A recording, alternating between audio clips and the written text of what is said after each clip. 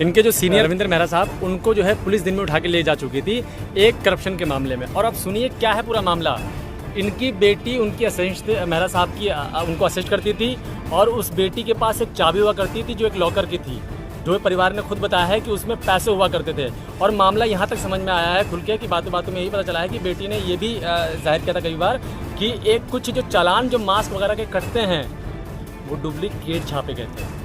जो एक तो ये राबिया जानती थी? ये राबिया ने अपने परिवार में बताया था कि एक चाबी है मेरे पास जिसमें करोड़ों लाखों रुपए ऐसे भरे जाते हैं और लगभग वो सारे डिपार्टमेंट के लोगों में बांटा जाता है।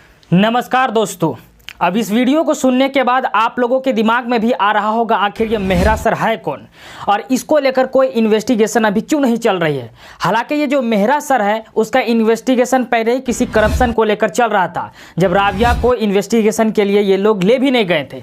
इससे ये बात तो पूरा का पूरा गुत्थी वहीं पर जाके धंस जाता है कि आखिर ये मेहरा सर है कौन और इस पूरे मामले को निजामुद्दीन नाम के एक व्यक्ति के ऊपर क्यों मढ़ने का कोशिश किया जा रहा है। इसमें बहुत कुछ छुपा हो सकता है। जिस तरीके का जिक्र इस वीडियो में हो रहा है कि करप्शन के सारे पैसे एक लॉकर में हुआ करता था, फर्जी चालान बना के लोगों का पैसा को ऐंठा जाता था और उस पैसे को उसी डिपार्टमेंट के लोगों में डिस्ट्रीब्यूट किया जाता था। ये एक बहुत बड़ा राज है और बहुत बड़ा गुत्थी है और मुझे लगता है कि इसी गुत्थी को छुपाने के लिए ये गुत्थी सुलझे ना, इसीलिए इस तरीके के चीजों को किया गया है। और हो सकता है कि और बड़ा स्कैम इसके अंदर हुआ होगा जिसके वजह से इस तरीके के चीजें सामने आया और जिसका भेद राबिया सैफी को चढ़ना पड़ा। मैंने ये कहा था कि जो सारे चालान के पैसे आते हैं तो लॉकअप की चाबी मेरे पास रहती है। मेहरा सन ने खुद मुझे दे रखी है, अपने आप नहीं लेते पैसे और मुझे रखने के लिए देते हैं। और उसमें काफी पैसा है, करोड़ों के हिसाब से पैसा है, पूरा लॉकअप उसमें अंदर है।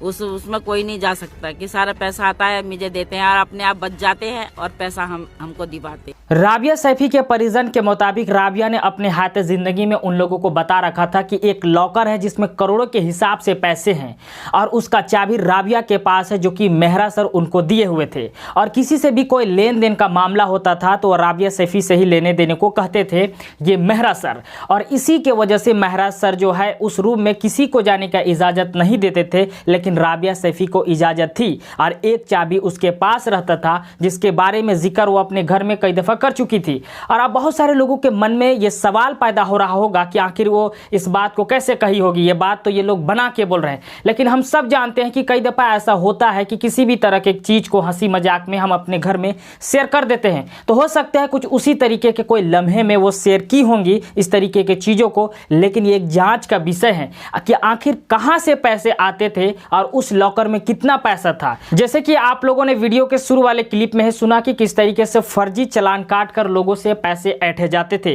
और उसी पैसे को उस लॉकर में रखा जाता था और उस लॉकर का चाबी राबिया सैफी के पास रहता था। अब जाहिर सी बात है, जब मेहरा सर को पहले इन्वेस्टिगेशन के लिए ले जाया गया था तो हो सकता है मेहरा सर को कुछ डर सता रहा होगा और इसलिए भी मेहरा सर अपने गुंडों के थ्रू राबिया सैफी को वहां से उठवा लिए होंगे और उसका जो असर हुआ आज हम सब लोगों को पता है। ये हो सकता है, मैं दावे के साथ तो नहीं कह सकता हूं, लेकिन ये जांच का विषय है और कुछ इसी तरीके का चीज रहा होगा या फिर इससे भी बड़ा कोई साजिश अंदर की होगी जिसको छुपाने के लिए, दबाने के लिए राबिया सैफी को बलि का बकरा बनाया गया। लेकिन आज देखिए देश के भीतर किस तरीके से हालात बन रहे हैं कि देश के कोने कोने से लोग राबिया सैफी के इंसाफ के लिए आवाज उठा रहे हैं और सीबीआई जांच की मांग कर रहे हैं, लेकिन सरकारें गूंगी व बहरी हो चुकी है। चाहे वो सेंट्रल गवर्नमेंट हो, मोदी सरकार हो, देश के गृह मंत्री अमित शाह हो या फिर दिल्ली के मुख्यमंत्री अरविंद केजरीवाल जो लोगों का मसीहा बनकर सामने आए थे, या फिर हरियाणा के मुख्यमंत्री, हर कोई इधर उधर की बात करके इस मामले को पूरी तरीके से ठंडे बस्ते में डालने का कोशिश कर रहा है।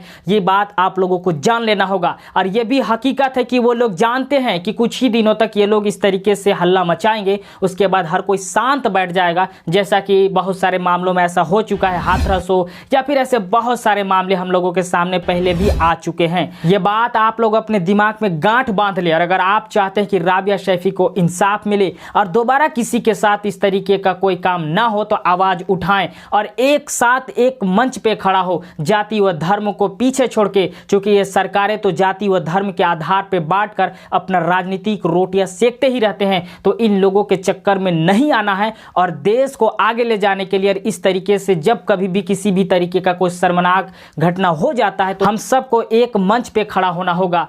आप क्या सोचते हैं इस बारे में? आप अपना राय नीचे कमेंट बॉक्स में दें। फिर मिलेंगे एक नए वीडियो के साथ। जय हिंद।